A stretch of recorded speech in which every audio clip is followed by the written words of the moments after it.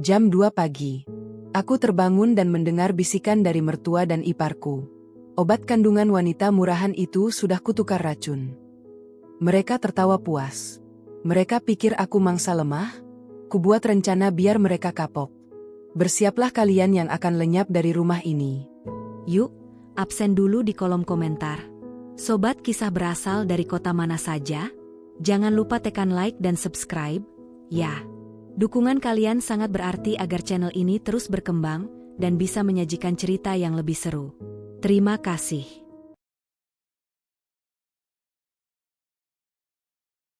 Namaku Rani. Bagi dunia luar, aku adalah definisi dari keberuntungan yang nyata. Seorang wanita dari latar belakang sederhana yang berhasil memikat hati Angga, putra mahkota dari keluarga berdarah biru yang menguasai jejaring bisnis properti di ibu kota. Pernikahan kami yang sudah berjalan selama 3 tahun ini tampak seperti dongeng dari layar kaca. Apalagi saat ini aku sedang mengandung buah hati kami yang pertama. Usia kandunganku sudah memasuki bulan ke-8, sebuah fase di mana setiap gerakanku terasa berat namun penuh dengan harapan yang membuncah. Namun, di balik dinding rumah megah bergaya kolonial ini, aku belajar bahwa tidak semua yang berkilau itu adalah emas. Terkadang, kilauan itu berasal dari mata pisau yang siap menghunjam punggungmu saat kau sedang lengah. Pagi ini, sinar matahari menembus jendela kaca besar di ruang makan dengan cara yang sangat anggun, menyinari meja marmer yang penuh dengan hidangan mewah. Ada aroma roti panggang dan kopi yang kuat, namun indera penciumanku justru menangkap sesuatu yang lain. Sesuatu yang getir dan dingin. Di ujung meja, Ibu Sofia, mertuaku, duduk dengan punggung tegak dan dagu yang terangkat tinggi. Beliau selalu mengenakan pakaian sutra terbaik bahkan hanya untuk sarapan di rumah. Di sampingnya, Sheila, adik iparku, sibuk dengan ponsel pintarnya sambil sesekali melempar senyum sinis yang sudah sangat kukenal polanya. Mereka adalah penguasa di rumah ini, dan aku hanyalah orang asing yang kebetulan membawa pewaris di dalam perutku. Rani, sayang, jangan melamun terus. Dimakan sarapannya. Ingat, ada nyawa lain yang harus kau beri makan di dalam sana. Suara Ibu Sofia terdengar lembut, namun bagiku itu terdengar seperti desisan ular yang sedang mengincar mangsa. Beliau mendorong sebuah piring kecil berisi 2 butir kapsul berwarna putih ke arahku. Dan jangan lupa vitaminmu. Ibu sengaja memesan dosis khusus ini dari apotek langganan keluarga, agar bayimu lahir kuat dan cerdas seperti Angga. Aku menatap 2 butir kapsul itu dengan perasaan yang sulit dijelaskan. Sejak 1 minggu yang lalu, setiap kali aku mengonsumsi obat ini, kepalaku terasa sangat berat dan jantungku berdegup dengan irama yang tidak beraturan. Awalnya aku mengira itu hanya gejala biasa dari kehamilan tua, namun instingku berkata lain. Aku adalah seorang wanita yang pernah berjuang di kerasnya dunia korporat sebelum memutuskan untuk menepi demi pernikahan ini. Logikaku tidak bisa dibohongi oleh kata-kata manis yang dibalut dengan perhatian palsu. Aku meraih kapsul itu, namun tidak langsung menelannya. Aku memutar-mutar benda kecil itu di antara ibu jari dan telunjukku, merasakan tekstur permukaannya yang halus namun menyimpan rahasia gelap. Terima kasih, Bu. Ibu selalu perhatian sekali padaku. Jawabku dengan nada bicara sesopan mungkin. Aku memaksakan sebuah senyuman kecil, jenis senyuman yang biasanya aku gunakan saat menghadapi klien yang paling sulit sekalipun. Aku melihat bagaimana mata Sheila berkilat penuh kemenangan saat melihatku meraih gelas air putih. Ada sesuatu yang janggal dalam binar matanya, sebuah antisipasi yang tidak sehat. Seolah-olah dia sedang menunggu sebuah pertunjukan besar dimulai. Angga, suamiku, masuk ke ruang makan dengan setelan jas kerjanya yang sangat rapi. Ia mencium keningku sebentar, namun pelukannya terasa hambar, tidak sehangat biasanya. Ada gurat kelelahan dan keraguan di wajahnya yang tampan. Aku harus berangkat sekarang, ada rapat penting dengan dewan direksi, katanya singkat tanpa menatap mataku lama-lama. Ia kemudian menyalami ibunya dan mengacak rambut Sheila sebelum berlalu pergi. Aku menatap punggungnya yang menjauh, merasa bahwa pria yang kucintai ini perlahan-lahan mulai terseret ke dalam arus yang diciptakan oleh ibunya sendiri. Hasutan demi hasutan yang dilontarkan Ibu Sofia tentang latar belakangku yang dianggap tidak sebanding pasti mulai memakan jiwanya. Setelah Angga pergi, suasana di meja makan berubah menjadi lebih mencekam. Ibu Sofia menyesap tehnya dengan tenang, matanya yang tajam tetap tertuju padaku. Kenapa belum diminum? Rani, apakah kau meragukan pilihan ibu? Tanyanya dengan penekanan pada setiap kata. Tanda tanya itu bukan sekadar pertanyaan, melainkan sebuah perintah yang tidak bisa dibantah. Aku tahu, jika aku menolak sekarang, mereka akan semakin curiga bahwa aku sudah mengetahui rencana mereka. Maka, dengan gerakan yang sangat hati-hati, aku memasukkan kapsul itu ke dalam mulutku, namun aku menyelipkannya di bawah lidah dengan kecepatan tangan yang sudah aku latih berkali-kali di kamar mandi. Aku meneguk air putih itu dengan rakus, seolah-olah sedang menelan pil pahit yang akan mengakhiri hidupku. Aku melihat Ibu Sofia dan Sheila bertukar pandang secara sekilas. Senyuman tipis tersungging di bibir mereka. Mereka pikir mereka menang. Mereka pikir aku hanyalah wanita desa bodoh yang bisa diperdaya dengan mudah demi harta warisan yang mereka duga berasal dari keluarga ini. Mereka tidak tahu bahwa setiap langkah yang mereka ambil sudah masuk ke dalam radarku. Mereka tidak tahu bahwa aku memiliki mata dan telinga di sudut-sudut yang tidak pernah mereka bayangkan sebelumnya. Setelah sarapan selesai, aku meminta izin untuk kembali ke kamar dengan alasan ingin beristirahat. Begitu pintu kamar terkunci rapat, aku segera menuju wastafel di kamar mandi dan mengeluarkan kapsul yang masih utuh dari bawah lidahku. Aku menatap benda itu dengan kebencian yang mendalam. Aku mengambil sebuah kantong plastik kecil dari laci tersembunyi dan memasukkan kapsul itu ke dalamnya. Ini adalah kapsul ketujuh yang aku kumpulkan.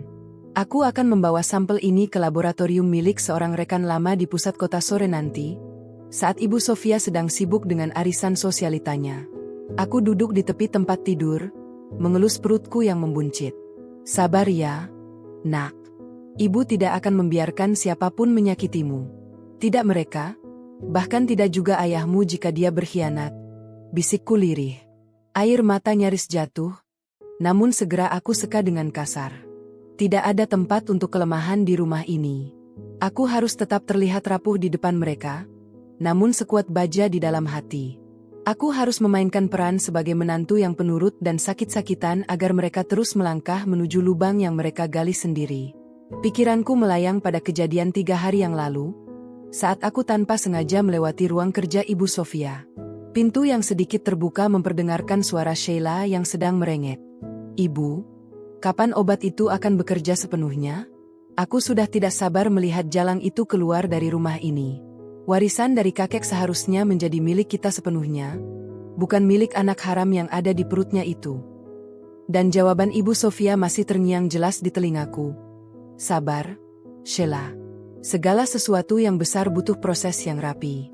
Kita tidak ingin polisi mencium bau yang tidak sedap. Biarkan dia terlihat seperti meninggal karena komplikasi kehamilan. Itu adalah cara yang paling bersih. Mengingat percakapan itu membuat darahku mendidih, namun aku memaksakan diri untuk tetap tenang. Aku mengambil ponsel rahasiaku yang aku sembunyikan di balik bingkai foto pernikahan kami. Aku mengirimkan sebuah pesan singkat kepada seseorang bernama Hendra. Hendra adalah tangan kananku saat aku masih memimpin divisi operasional di perusahaan lamaku. Perusahaan yang sebenarnya aku bangun dengan keringatku sendiri, dan kini beroperasi di bawah nama samaran, untuk menghindari kecurigaan keluarga suamiku. Hendra, pastikan audit internal perusahaan berjalan tanpa hambatan. Pastikan semua bukti aliran dana gelap yang dilakukan Sheila melalui rekening perusahaan keluarga segera dikumpulkan. Aku ingin semua datanya siap sebelum bulan ini berakhir. Pesanku terkirim dengan cepat. Aku adalah Rani, wanita yang mereka remehkan karena kesederhanaanku saat pertama kali menginjakkan kaki di rumah ini. Mereka hanya melihat permukaan, tanpa pernah menggali lebih dalam siapa sebenarnya orang tua kandungku dan apa yang aku miliki sebelum bertemu Angga. Bagi mereka, aku hanyalah pion dalam permainan kekuasaan mereka. Mereka tidak menyadari bahwa pion ini adalah satu-satunya yang memegang kendali atas seluruh papan catur. Aku beranjak menuju cermin besar di sudut kamar. Aku melihat bayangan diriku sendiri. Seorang wanita hamil yang tampak pucat dengan lingkaran hitam di bawah mata, hasil dari riasan tipis yang aku aplikasikan setiap pagi untuk mendukung aktingku. Aku harus terlihat semakin lemah setiap harinya. Aku harus membuat mereka merasa bahwa rencana mereka berhasil dengan sempurna. Setiap keluhan sakit kepala yang aku lontarkan, setiap kali aku pura-pura limbung saat berjalan, adalah bagian dari orkestra pembalasan yang sedang aku susun. Tiba-tiba, Suara ketukan pintu mengejutkanku. "Rani, kau di dalam? Ibu membawakan jus jeruk segar untukmu." Suara Ibu Sofia terdengar dari luar. Aku segera menyembunyikan ponsel rahasiaku dan merapikan rambut.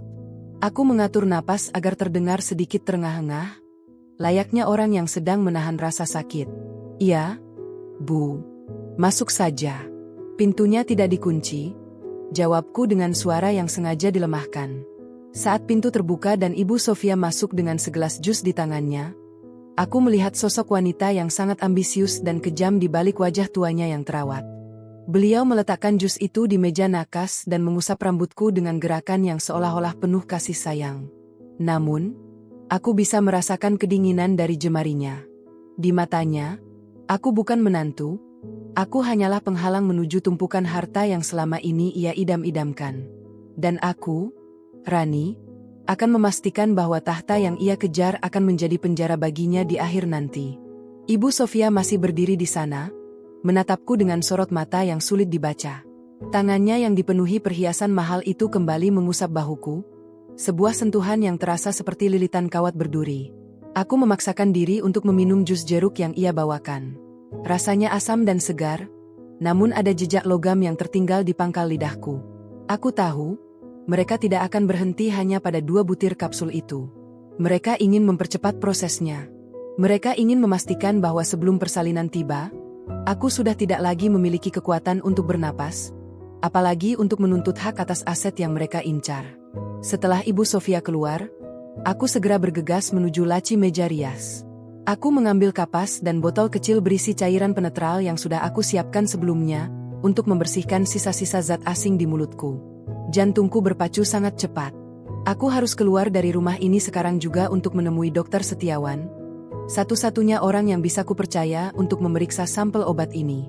Aku mengganti daster rumahanku dengan gaun hamil yang longgar namun tetap terlihat berkelas, lalu memoleskan bedak yang jauh lebih pucat dari warna kulit aslinya. Aku harus terlihat seperti lilin yang hampir padam. Saat aku menuruni tangga kayu yang megah, aku melihat Sheila sedang duduk di ruang tengah bersama 2 orang pria berpakaian formal. Mereka tampak sedang mendiskusikan beberapa dokumen dengan serius. Begitu melihatku, Sheila segera menutup map tersebut dengan gerakan yang sangat kasar. Wajahnya yang biasanya penuh riasan tebal itu tampak menegang sesaat sebelum kembali ke mode angkuh yang biasa ia tunjukkan kepadaku. "Mau kemana kau, Rani? Ibu bilang kau harus banyak istirahat. Jangan keluyuran dan memalukan nama keluarga dengan penampilanmu yang seperti mayat hidup itu," tegur Sheila tanpa basa-basi. Suaranya melengking tinggi, memantul di antara dinding-dinding tinggi rumah ini. Kedua pria itu menatapku dengan tatapan merendahkan, seolah-olah aku hanyalah pelayan yang salah masuk ke ruang rapat. Aku hanya ingin mencari udara segar sebentar ke taman depan. "Sheila." Kepalaku terasa sangat pening jika hanya berdiam diri di kamar, jawabku lirih sambil memegang dahi. Aku sengaja mengatur langkahku agar terlihat sedikit goyah. Aku melihat salah satu pria itu berbisik kepada Sheila, menanyakan siapa aku. Sheila menjawab dengan nada yang sangat meremehkan, menyebutku sebagai istri kakaknya yang tidak tahu diri. Aku mencatat wajah kedua pria itu dalam ingatanku. Mereka pasti bagian dari rencana pengalihan aset yang sedang dikerjakan Sheila. Aku berhasil keluar melewati gerbang depan dengan alasan ingin berjalan kaki santai di kompleks perumahan elit ini. Namun, begitu berada di tikungan yang tidak terpantau oleh kamera pengawas rumah, sebuah mobil sedan hitam yang sangat biasa sudah menungguku. Hendra duduk di kursi kemudi. Ia segera turun dan membukakan pintu untukku dengan gerakan yang sangat hormat. "Ibu Rani, Anda terlihat sangat lelah. Apakah mereka melakukan sesuatu yang lebih buruk hari ini?" tanya Hendra dengan nada khawatir yang tulus. Hendra telah bersamaku selama 10 tahun, sejak aku pertama kali membangun bisnis dari sebuah garasi kecil di pinggiran kota. Ia tahu bahwa di balik tubuh yang tampak rapuh ini, ada otak yang mampu meruntuhkan bursa saham jika aku menginginkannya. Mereka sudah mulai berani memasukkan sesuatu ke dalam makananku. "Hendra, bawa aku ke tempat Dokter Setiawan sekarang juga. Kita tidak punya banyak waktu. Aku harus memastikan jenis racun apa yang mereka gunakan agar aku bisa menyiapkan penawar yang tepat tanpa menimbulkan kecurigaan," perintahku dengan nada suara yang kini sudah kembali tegas dan dingin. Kelembutan Rani yang tertindas menghilang seketika, digantikan oleh aura kepemimpinan yang dominan. Di perjalanan, Hendra menyerahkan sebuah gawai tablet kepadaku. Di layarnya, Terlihat data laporan keuangan perusahaan keluarga Angga, Pratama Group. Nyonya Sofia dan Sheila telah menarik dana tunai dalam jumlah besar selama 5 bulan terakhir. Mereka menggunakan perusahaan cangkang untuk mencuci uang tersebut. Jika ini terus berlanjut, perusahaan suaminya akan dinyatakan pailit dalam waktu 6 bulan ke depan. Lapor Hendra. Aku tersenyum tipis, sebuah senyuman yang lebih mirip dengan seringai pemangsa. Bagus. Biarkan mereka terus mencuri. Mereka pikir mereka sedang mengambil uang dari kantong Angga, padahal mereka sedang menggali lubang untuk mengubur diri mereka sendiri. Mereka tidak tahu bahwa 70% saham Pratama Group sudah berada di bawah kendali perusahaanku secara anonim. Saat mereka merasa sudah berada di puncak kemenangan, aku akan menarik Permadani dari bawah kaki mereka. Sesampainya di laboratorium pribadi Dr. Setiawan, aku langsung menyerahkan sampel kapsul dan sisa jus jeruk yang sempat aku pindahkan ke botol kecil. Dr. Setiawan, seorang pria parubaya dengan kacamata tebal, menatapku dengan penuh rasa iba. Ia telah melakukan pemeriksaan darah padaku secara rutin secara rahasia selama 1 bulan terakhir. Rani, ini adalah arsenik dosis rendah yang dicampur dengan zat penenang saraf. Jika digunakan dalam jangka panjang, efeknya akan terlihat seperti kegagalan organ alami atau komplikasi kehamilan yang parah. Mereka sangat cerdik. Zat ini akan sulit dideteksi dalam otopsi biasa jika mereka berhasil melakukannya. Jelas Dr. Setiawan setelah melakukan pengujian cepat. Tangannya gemetar saat menjelaskan hasil itu. Ia tidak menyangka ada keluarga yang sekeji itu terhadap menantunya sendiri yang sedang hamil. Aku menarik napas panjang. Rasa amarah menyulut di dadaku, namun aku menahannya agar tetap terkendali. Berikan aku vitamin yang tampilannya identik dengan obat ini, Dok. Dan aku butuh sesuatu yang bisa memberikan efek pucat dan denyut nadi lemah yang sementara, namun aman untuk bayiku. Aku ingin mereka percaya bahwa rencana mereka bekerja dengan sangat efektif. Selesai dari laboratorium, aku kembali ke rumah dengan perasaan yang jauh lebih tenang namun waspada. Saat aku melangkah masuk ke ruang tamu, aku melihat Angga sudah pulang. Ia berdiri di dekat jendela, menatap ke arah taman dengan punggung yang terlihat kaku. Aku menghampirinya, mencoba mencari sisa-sisa cinta di matanya yang dulu pernah membuatku begitu yakin untuk menikahinya. Angga, kau sudah pulang? Tanyaku lembut. Angga berbalik, namun tatapannya sangat dingin. Ia melemparkan sebuah foto ke atas meja. Foto itu menunjukkan diriku yang sedang masuk ke dalam mobil sedan hitam milik Hendra di tikungan jalan tadi. Dari mana kau, Rani? Ibu bilang kau sakit, tapi kau justru bertemu dengan pria lain secara sembunyi-sembunyi? Siapa dia? Apakah bayi yang kau kandung itu benar-benar anakku? Kata-katanya terasa seperti tamparan yang sangat keras. Aku tidak menyangka Ibu Sofia akan bertindak sejauh ini dengan memfitnah kesetiaanku demi memutus dukungan Angga padaku. Angga, apa yang kau katakan? Aku hanya mencari udara segar. Pria itu hanyalah sopir taksi daring yang kupesan karena aku merasa terlalu lelah untuk berjalan kaki. Aku mencoba membela diri dengan suara yang bergetar.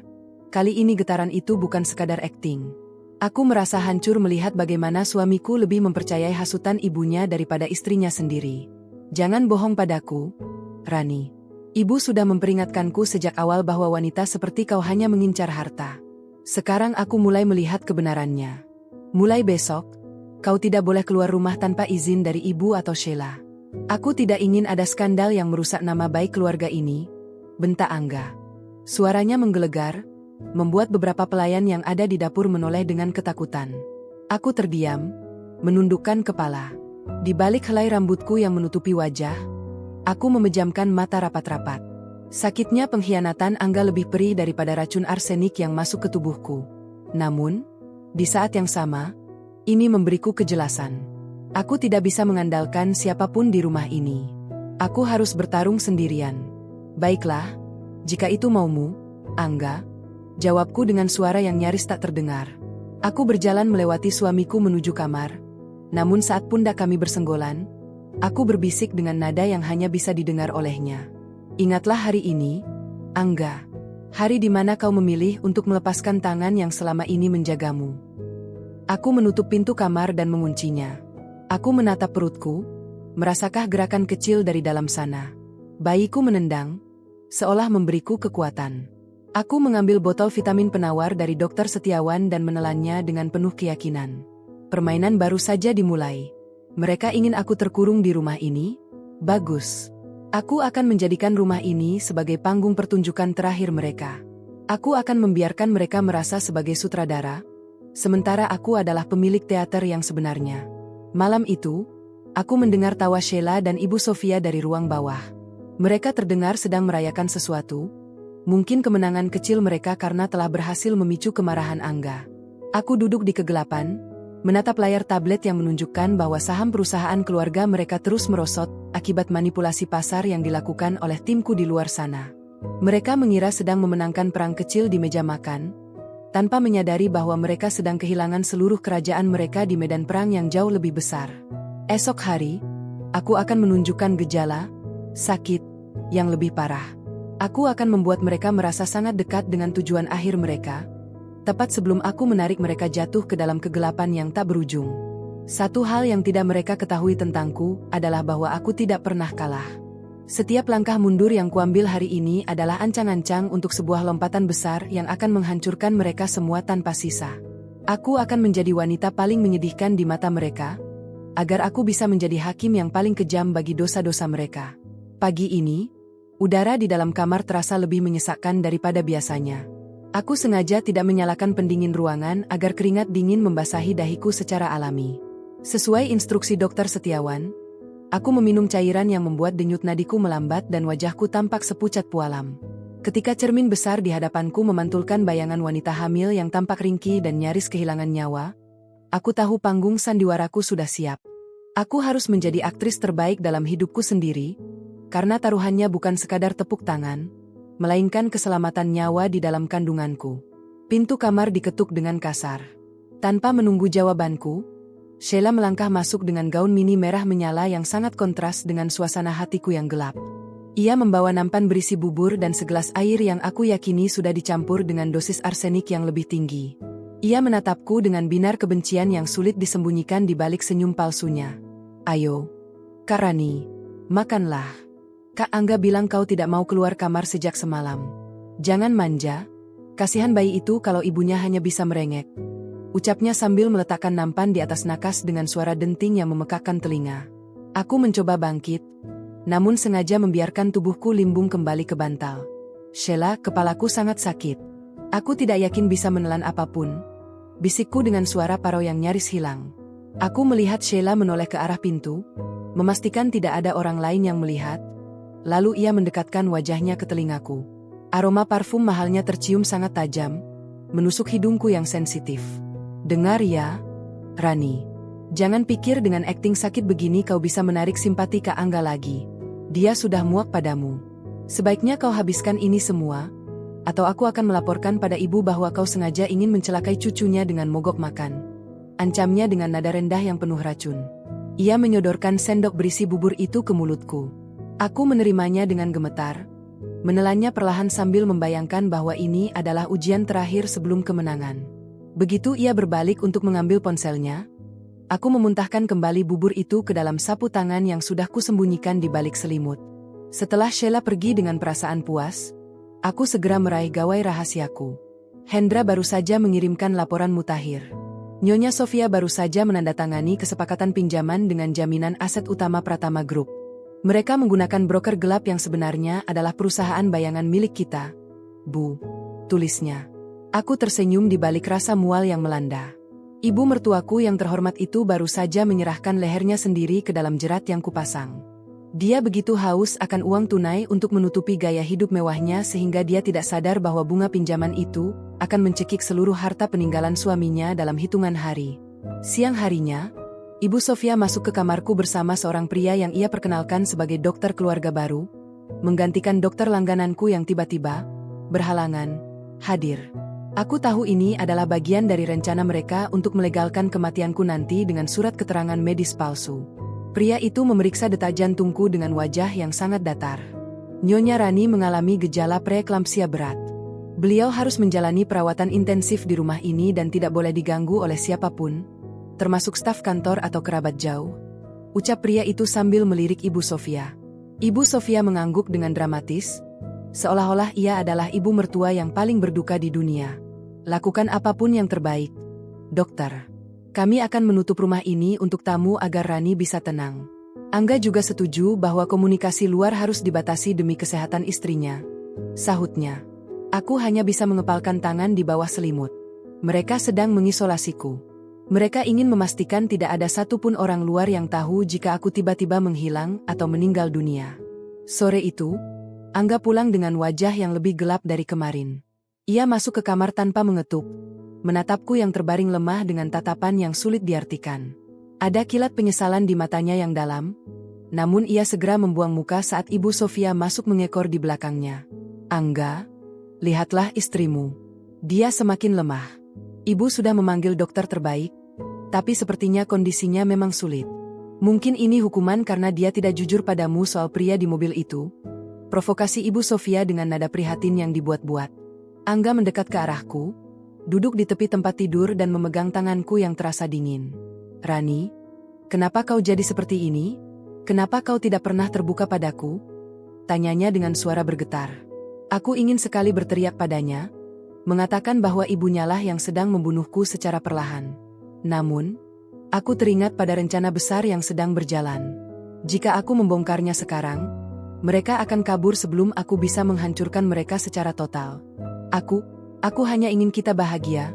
Angga, jawabku lirih, membiarkan air mata jatuh di pipiku. Ini bukan sekadar akting. Aku benar-benar menangisi hilangnya kepercayaan di antara kami. Angga tampak goyah. Ia hendak mengatakan sesuatu, namun Sheila tiba-tiba muncul di ambang pintu dengan wajah panik yang dibuat-buat. Kak Angga, ada masalah di kantor. Pihak bank menelepon. Katanya ada ketidaksesuaian data pada jaminan aset yang ibu ajukan tadi pagi. Mereka mengancam akan membekukan rekening perusahaan. Teriak Sheila. Aku melihat Ibu Sofia tersentak. Wajahnya yang tadinya angkuh mendadak pucat. Inilah serangan pertamaku. Aku telah menginstruksikan timku untuk mulai mempertanyakan keabsahan dokumen yang mereka palsukan.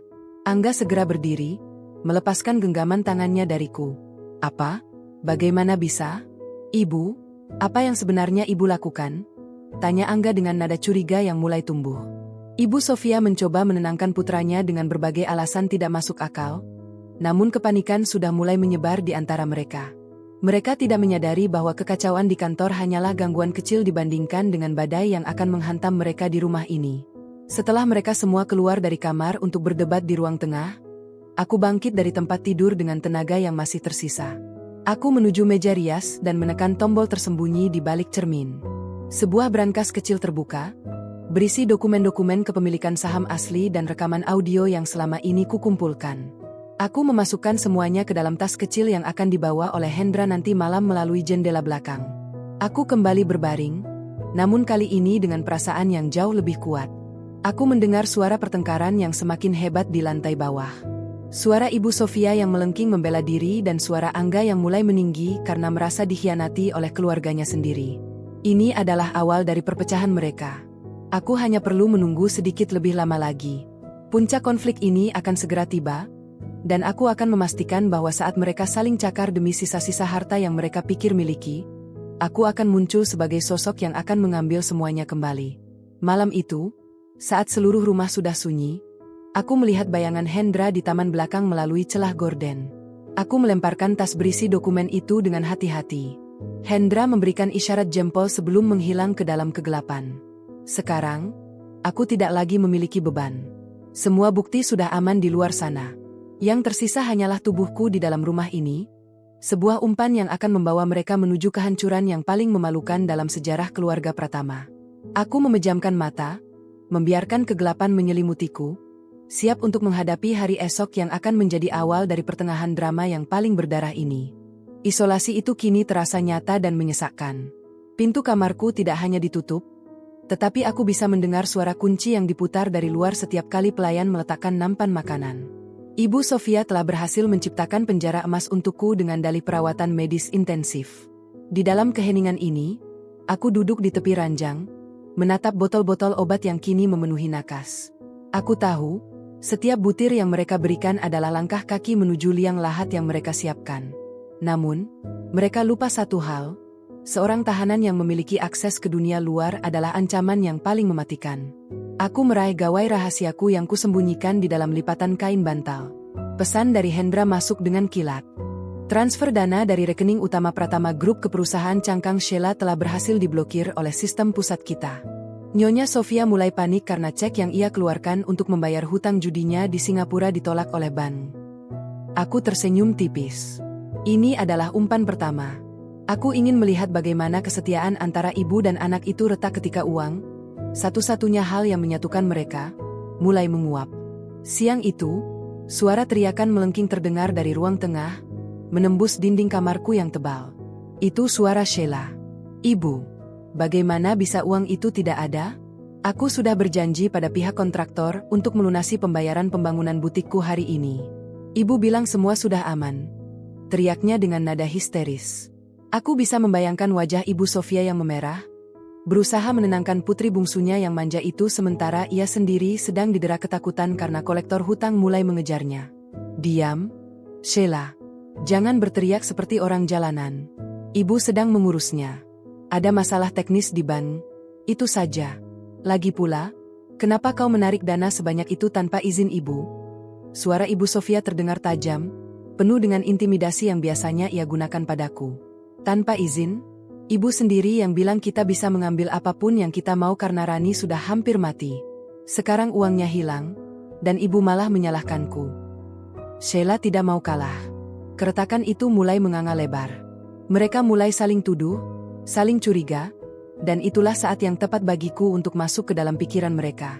Aku sengaja menekan tombol panggil darurat di samping tempat tidur, membuat suara berdenging nyaring di seluruh rumah.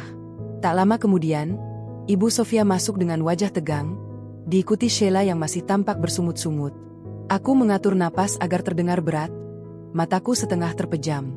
"Bu, Sheila, aku mendengar suara ribut-ribut. Apakah ada masalah?" Aku merasa sangat tidak enak badan. "Mungkin aku harus segera ke rumah sakit," bisikku dengan nada yang sangat lemah, seolah setiap kata yang keluar adalah perjuangan terakhir. Ibu Sofia mendekat, matanya berkilat penuh amarah yang tertahan. "Tidak perlu rumah sakit, Rani. Dokter keluarga akan datang sebentar lagi. Kau hanya perlu istirahat. Jangan pikirkan hal-hal yang bukan urusanmu," katanya sambil menekan bahuku dengan keras. Namun, aku menangkap kegelisahan di tangannya yang gemetar. Ia takut jika aku pergi ke rumah sakit, semua jejak arsenik itu akan terungkap. "Tapi Bu, tadi aku bermimpi. Aku bermimpi Ayah Angga datang padaku. Beliau berkata bahwa ada pencuri di rumah ini yang sedang menghabiskan hartanya." Aku berkata dengan suara datar, menatap langsung ke arah mata Ibu Sofia. Aku melihatnya tersentak. Wajahnya berubah pucat pasi. Bagi wanita yang sangat percaya pada tahayul dan reputasi seperti dia, menyebut nama mendiang suaminya adalah serangan psikologis yang telak. Sheila mendengus kasar, namun ia tampak gelisah. "Mimpi hanya bunga tidur, jangan bicara sembarangan." Mungkin benar, Sheila. Tapi dalam mimpi itu, Ayah Angga juga menyebutkan sebuah nama perusahaan. "Sinar Mentari Sejahtera? Bukankah itu perusahaan yang kau ceritakan padaku dulu?" tanyaku dengan nada polos yang mematikan. Sinar Mentari Sejahtera adalah perusahaan fiktif yang digunakan Sheila untuk menggelapkan uang perusahaan keluarga. Wajah Sheila seketika berubah menjadi putih seperti kertas. Ia menatap ibunya dengan tatapan horor, dan Ibu Sofia menatap Sheila dengan penuh kecurigaan baru. "Sheila, apa maksudnya ini? Kenapa Rani bisa tahu nama itu?" tanya Ibu Sofia dengan nada mengancam. Benih kecurigaan yang kutanam mulai tumbuh subur. Ibu Sofia mulai berpikir bahwa putrinya mungkin bekerja di belakang punggungnya untuk menguasai harta itu sendirian. Aku kembali memejamkan mata, berpura-pura pingsan karena kelelahan. Di dalam hati, aku tertawa melihat mereka saling melempar pandangan penuh kebencian. Setelah mereka keluar dengan terburu-buru, aku segera mengirim pesan lagi kepada Hendra. "Kirimkan dokumen palsu ke email Ibu Sofia yang menunjukkan bahwa Sheila sedang berencana melarikan diri ke luar negeri dengan membawa sisa aset perusahaan. Pastikan bukti itu terlihat sangat otentik." Sore harinya, Angga masuk ke kamar. Ia tampak sangat kusut. Dasinya sudah dilonggarkan dan kemejanya tidak lagi rapi. Ia duduk di kursi di samping ranjangku, menundukkan kepala di atas kedua tangannya. "Rani, semuanya berantakan. Perusahaan sedang diselidiki atas dugaan pencucian uang. Ibu dan Sheila terus bertengkar hebat. Aku tidak tahu harus percaya pada siapa lagi," keluhnya dengan nada putus asa. Aku mengulurkan tangan, menyentuh rambutnya dengan lembut. Angga, aku selalu ada di sini untukmu. Meskipun aku lemah, hatiku tetap milikmu.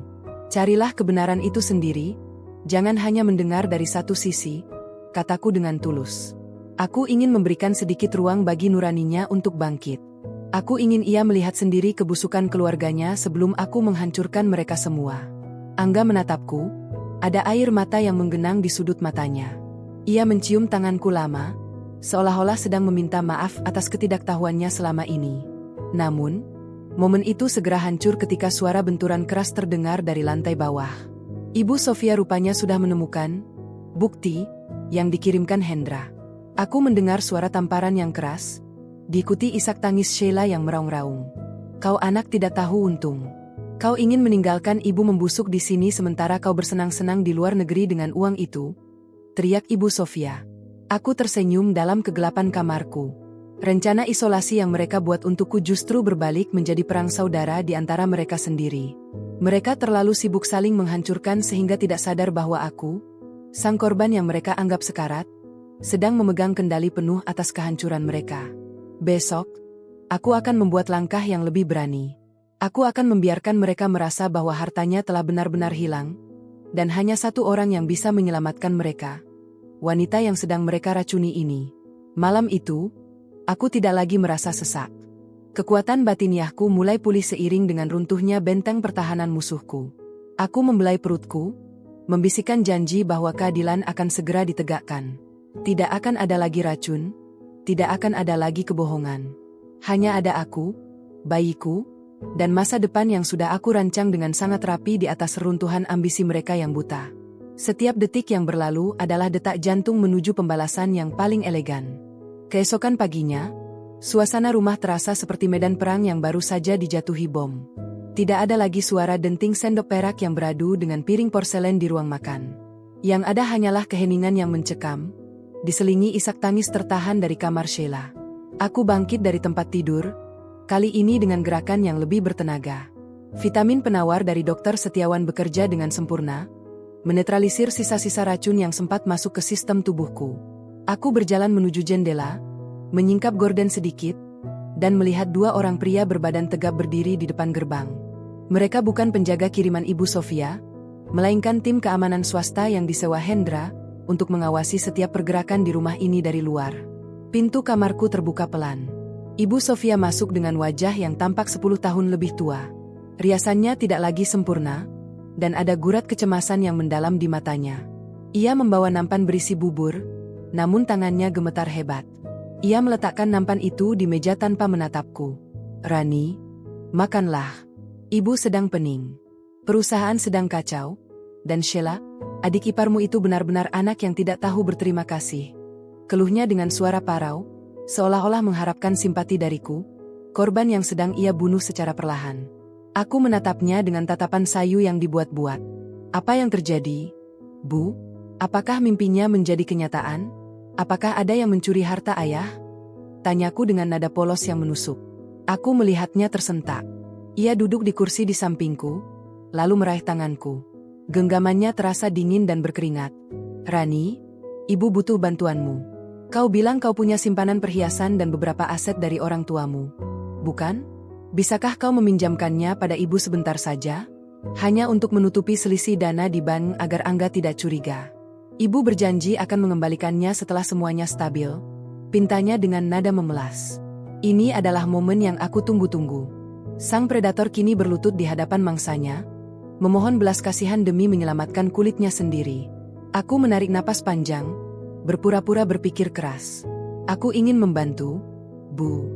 Tapi semua dokumen asetku ada di tangan asisten pribadiku, Hendra. Ibu tahu sendiri, Angga melarangku berkomunikasi dengan siapapun. Bagaimana aku bisa membantumu jika aku terkurung di sini? Pancingku. Aku melihat kilat harapan di matanya, sekaligus ketakutan. Ia terjepit antara kebutuhan akan uang dan keinginannya untuk tetap mengisolasiku. Ibu akan memberimu ponsel. Tapi kau harus bicara di depan ibu.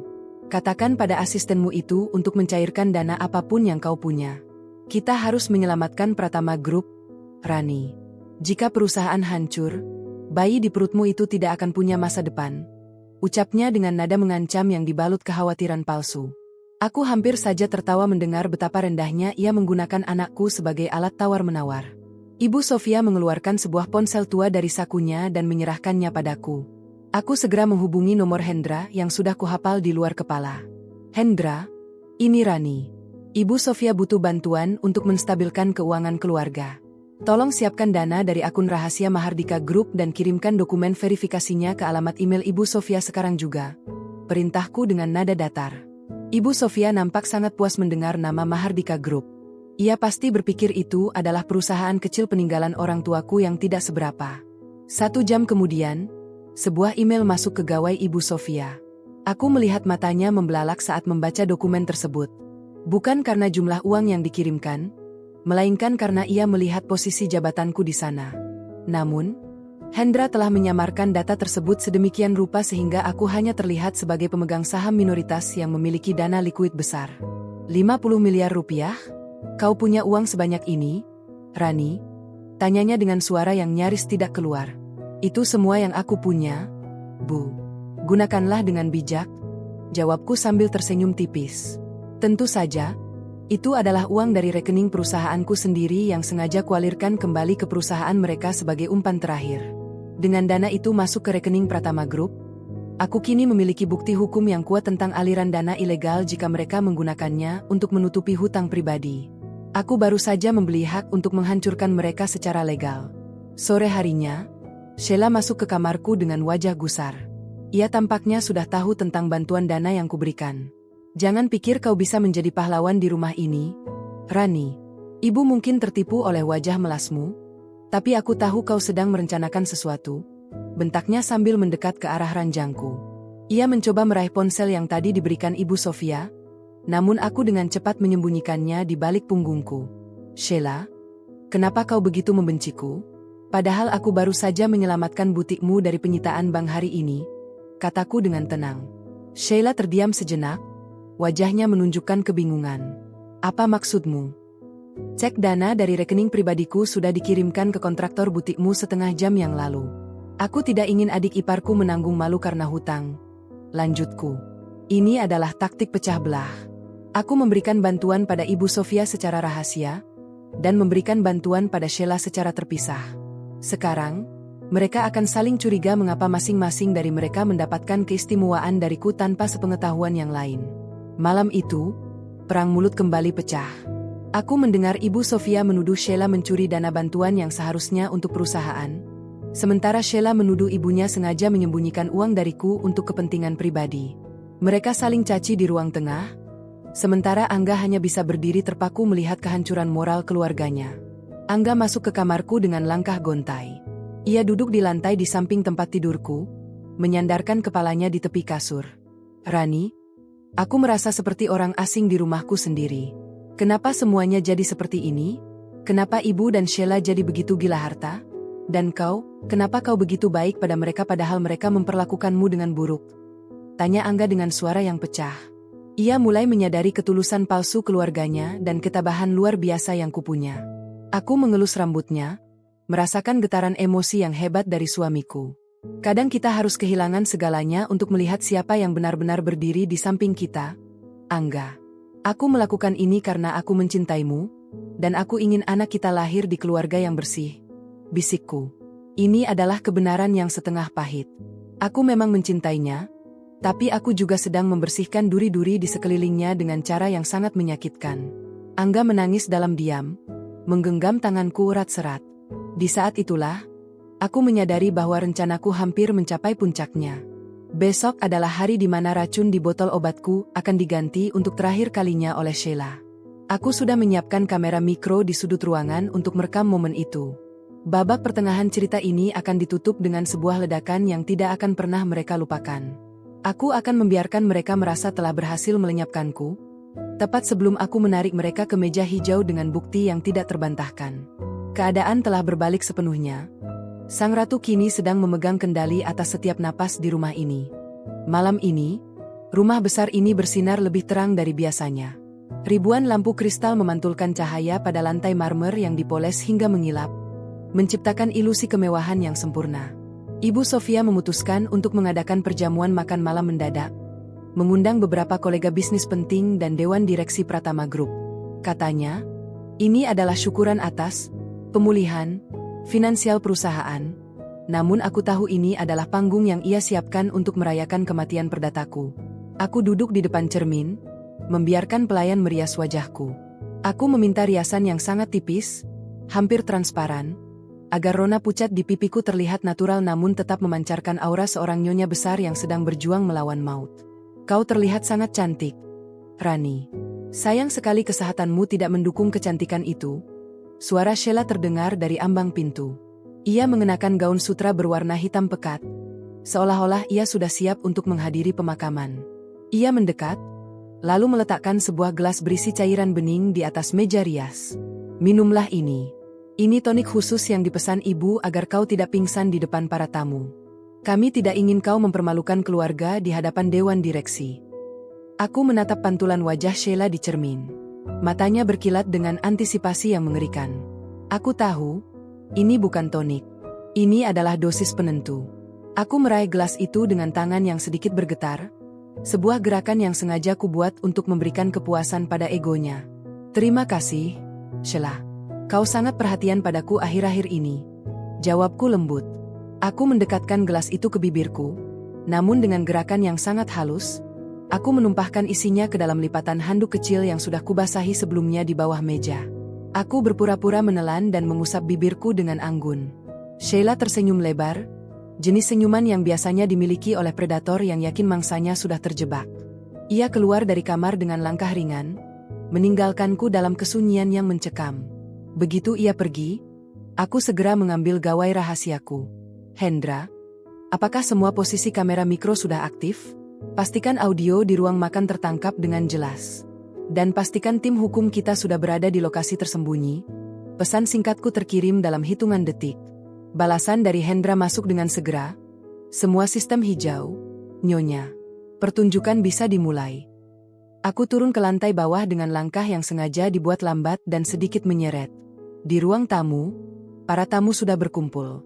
Angga berdiri di tengah ruangan, dikelilingi oleh pria-pria berjas mahal yang tampak sedang membicarakan masa depan perusahaan.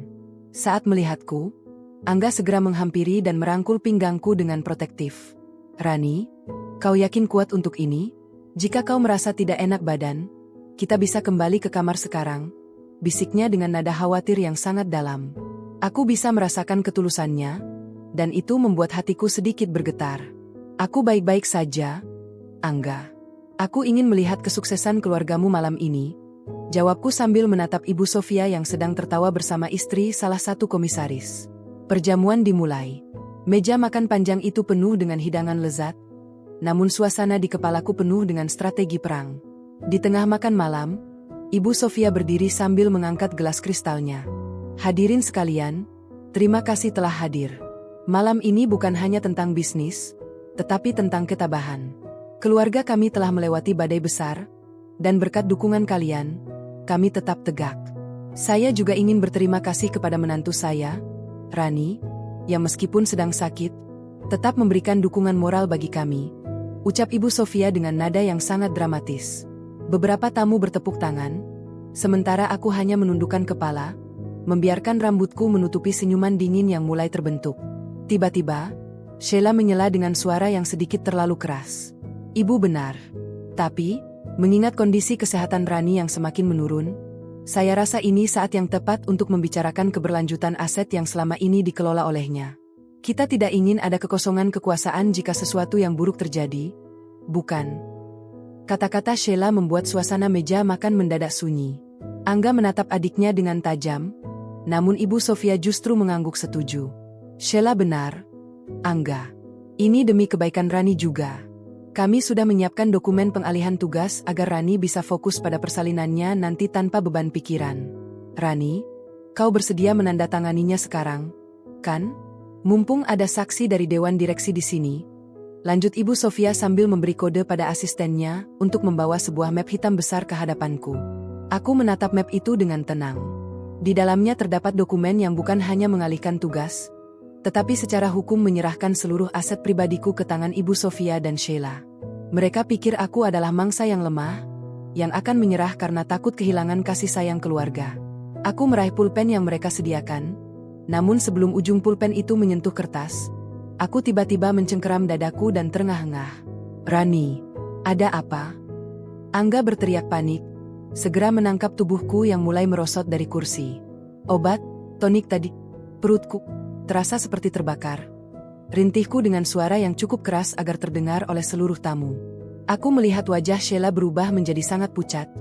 Sementara Ibu Sofia mencoba tetap tenang meski matanya menunjukkan ketakutan yang luar biasa. Para tamu mulai berbisik-bisik panik. Panggil dokter. Segera, teriak Angga. Di saat kekacauan itu memuncak, aku menarik napas dalam-dalam dan menatap Ibu Sofia tepat di matanya. Aku tidak pingsan.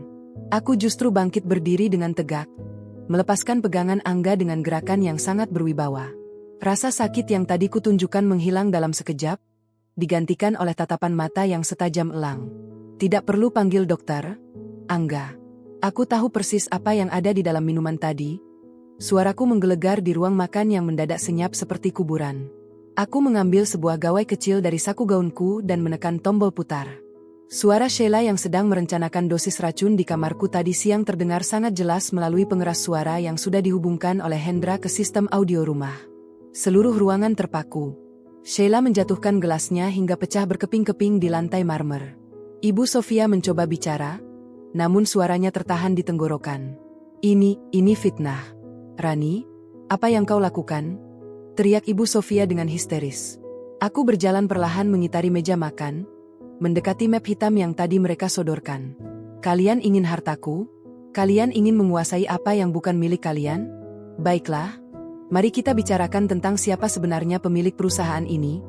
Ucapku sambil melemparkan setumpuk dokumen asli ke tengah meja.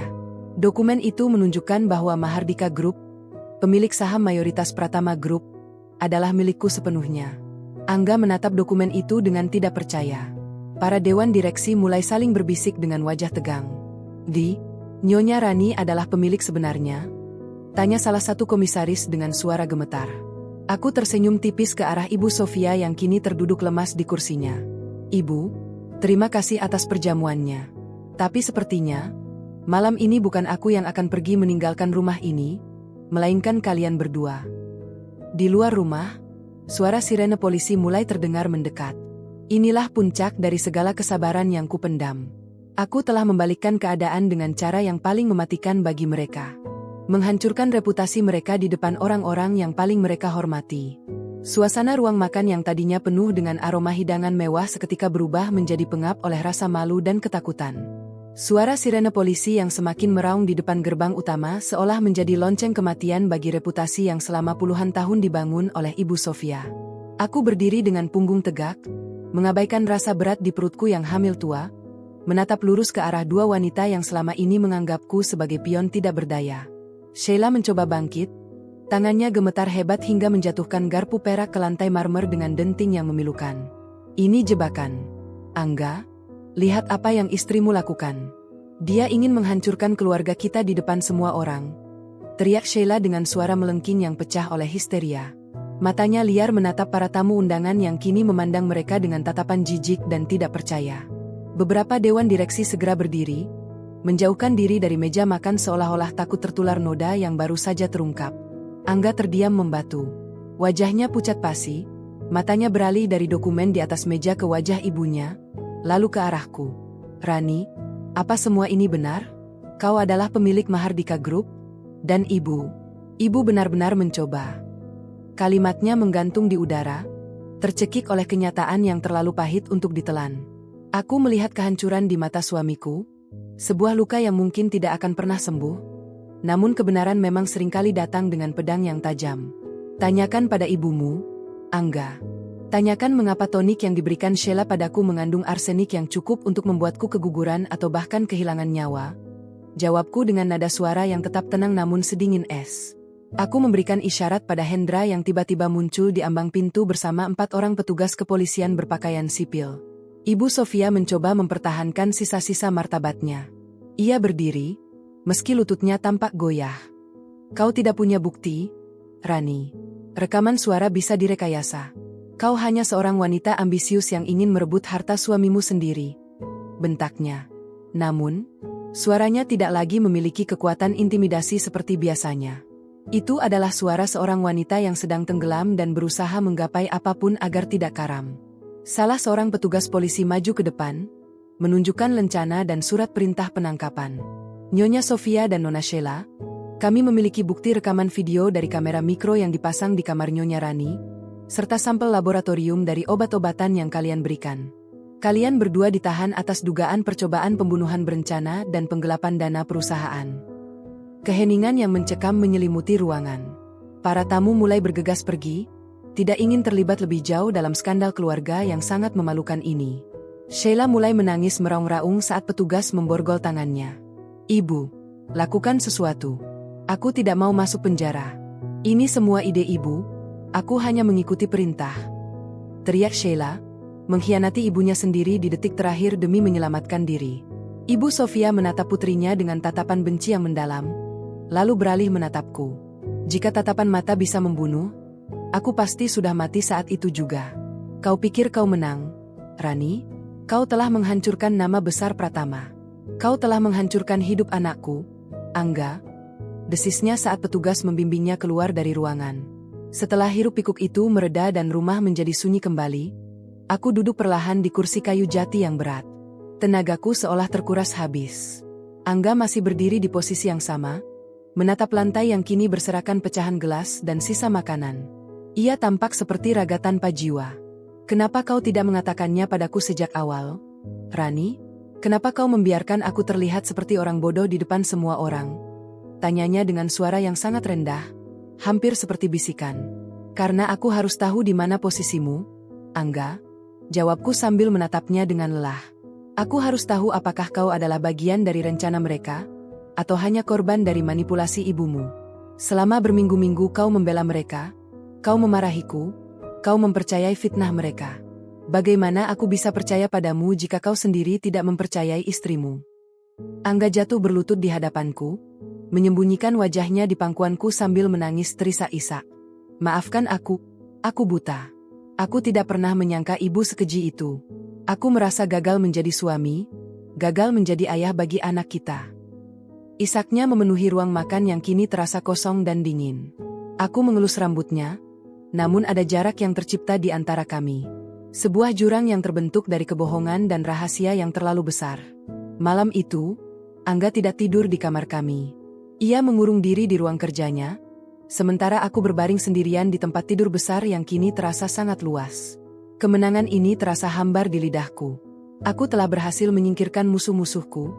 Aku telah mengamankan hartaku, dan aku telah melindungi bayiku.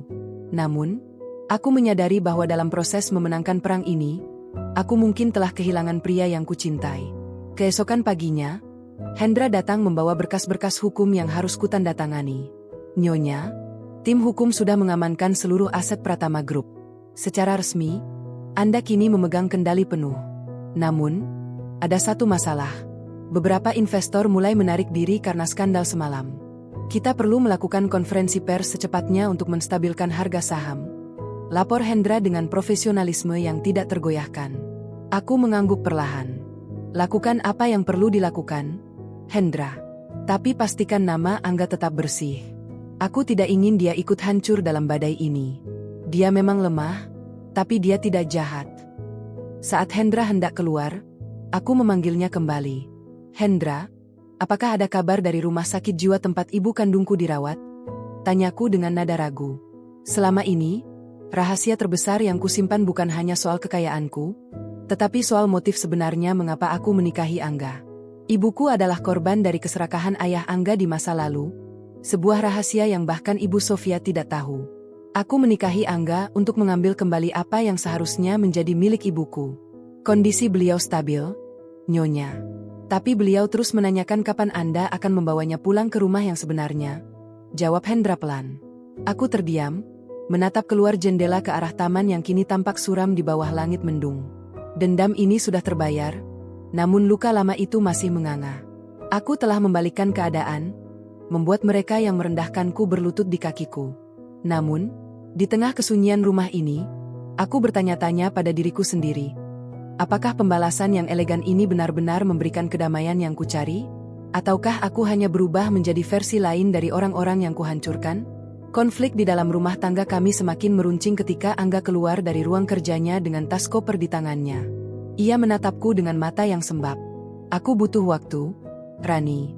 Aku tidak bisa tinggal di sini, di rumah yang penuh dengan kenangan busuk ini. Dan aku merasa takut padamu. Aku tidak lagi mengenal siapa wanita yang sedang mengandung anakku ini. Kata-katanya menghunjam jantungku lebih dalam daripada racun manapun. Aku hanya bisa terpaku melihat suamiku melangkah keluar dari pintu depan, meninggalkanku sendirian di puncak kekuasaan yang baru saja kuraih. Puncak konflik ini ternyata bukan hanya tentang menangkap penjahat, melainkan tentang menghadapi runtuhan hati yang tersisa.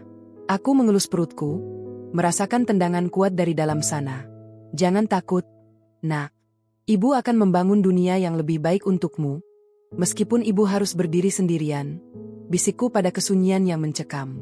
Pagi ke-8 setelah badai di ruang makan itu datang dengan cuaca yang kelabu, seolah langit Jakarta pun ikut berduka atas runtuhnya kehormatan keluarga Pratama. Aku berdiri di balkon kamar, menyesap teh jahe hangat untuk meredakan mual yang kini bukan lagi karena racun, melainkan karena tekanan batin yang menghimpit. Di bawah sana, puluhan wartawan masih berkumpul di depan gerbang besi. Kamera mereka siaga seperti moncong senjata yang siap menembak siapa saja yang keluar dari rumah ini. Mereka haus akan skandal, menantu yang menikah mertua, sebuah narasi yang digoreng sedemikian rupa oleh pengacara Ibu Sofia di media massa. Tuan Broto, pengacara senior yang selama 30 tahun mengabdi pada keluarga Pratama, kini berdiri di ruang tamu bawah dengan wajah yang kaku. Ia membawa dokumen gugatan balik. Ibu Sofia, dari balik jeruji besi, rupanya tidak tinggal diam. Ia menuduhku melakukan penjebakan, manipulasi data perusahaan, dan tekanan psikologis yang menyebabkan Sheila mengalami gangguan jiwa mendadak di sel tahanan. Strategi mereka jelas, membuatku terlihat sebagai penjahat yang dingin dan haus kekuasaan agar simpati publik berbalik. Nyonya Rani, mereka menuntut pembatalan seluruh pemindahan saham dengan alasan paksaan. Mereka juga mengajukan hak asuh atas bayi yang Anda kandung setelah lahir nanti, dengan klaim bahwa kondisi mental Anda tidak stabil karena ambisi dendam. Ucap Tuan Broto dengan suara rendah. Aku bisa melihat keraguan di matanya. Ia adalah orang lama yang sulit menerima kenyataan bahwa majikannya adalah seorang kriminal. Aku meletakkan cangkir tehku dengan denting yang sengaja dikeraskan. Hak asuh? Ibu Sofia ingin mengambil anakku dari penjara? Sungguh sebuah lelucon yang tidak lucu, Tuan Broto. Katakan pada mereka, jika mereka ingin bermain di lumpur, aku sudah menyiapkan banjir untuk menenggelamkan mereka sekalian. Jawabku dengan nada bicara yang tidak goyah sedikit pun. Aku tidak akan membiarkan tangan kotor mereka menyentuh anakku, bahkan dalam mimpi sekalipun. Hendra masuk dengan napas yang sedikit terengah. Ia membawa kabar yang lebih buruk. Ibu, Angga, dia terlihat di kantor polisi pagi ini. Dia memberikan kesaksian. Jantungku seolah berhenti berdetak sesaat. Kesaksian apa? Hendra? Apakah dia membela ibunya? Tanyaku, berusaha menahan getaran di suaraku. Ini adalah puncak ketakutanku, bahwa Angga, pria yang selama ini menjadi pusat duniaku, akan berdiri di barisan musuh hanya karena ikatan darah yang beracun itu. Kami belum tahu pasti isinya, tapi pengacara Ibu Sofia terlihat sangat puas setelah Angga keluar dari ruang pemeriksaan. Media mulai memberitakan bahwa Angga akan menggugat cerai Anda dan menuntut kembali seluruh aset keluarga. Lanjut Hendra dengan wajah penuh penyesalan. Aku terduduk di kursi kerja yang dulu milik ayah Angga. Ruangan ini penuh dengan aroma kayu tua dan kenangan. Aku merasa dunia sedang berputar. Pengkhianatan keluarga adalah satu hal, tapi pengkhianatan dari orang yang kita beri seluruh kepercayaan adalah kematian yang sesungguhnya. Namun, aku segera menggelengkan kepala. Aku adalah CEO dari Mahardika Group. Aku tidak boleh hancur hanya karena seorang pria, meskipun pria itu adalah ayah dari bayiku. Hendra, aktifkan rencana cadangan kedua. Buka semua data tentang penggelapan pajak yang dilakukan ayah Angga 20 tahun yang lalu. Jika mereka ingin menggunakan Angga untuk menyerangku, aku akan menunjukkan pada dunia bahwa fondasi kekayaan yang mereka banggakan itu dibangun di atas pasir hisap penipuan negara. Aku tidak ingin menyakiti Angga, tapi jika dia memilih untuk menjadi tameng bagi ibunya yang pembunuh, dia harus ikut menanggung akibatnya. Perintahku dengan mata yang memanas. Malam harinya, ponsel rahasiaku bergetar. Sebuah pesan singkat masuk dari nomor yang tidak kukenal. Temui aku di taman belakang, dekat pohon Kamboja. 5 menit. Sendiri. Aku mengenali gaya penulisan itu. Itu adalah Angga. Dengan langkah hati-hati dan dibalut mantel tebal, aku menyelinap keluar melalui pintu dapur. Udara malam terasa menusuk tulang. Di bawah bayangan pohon Kamboja yang bunganya berserakan di tanah, aku melihat sosok tinggi yang sangat kurus. Angga berdiri di sana, tampak seperti bayangan dari dirinya yang dulu.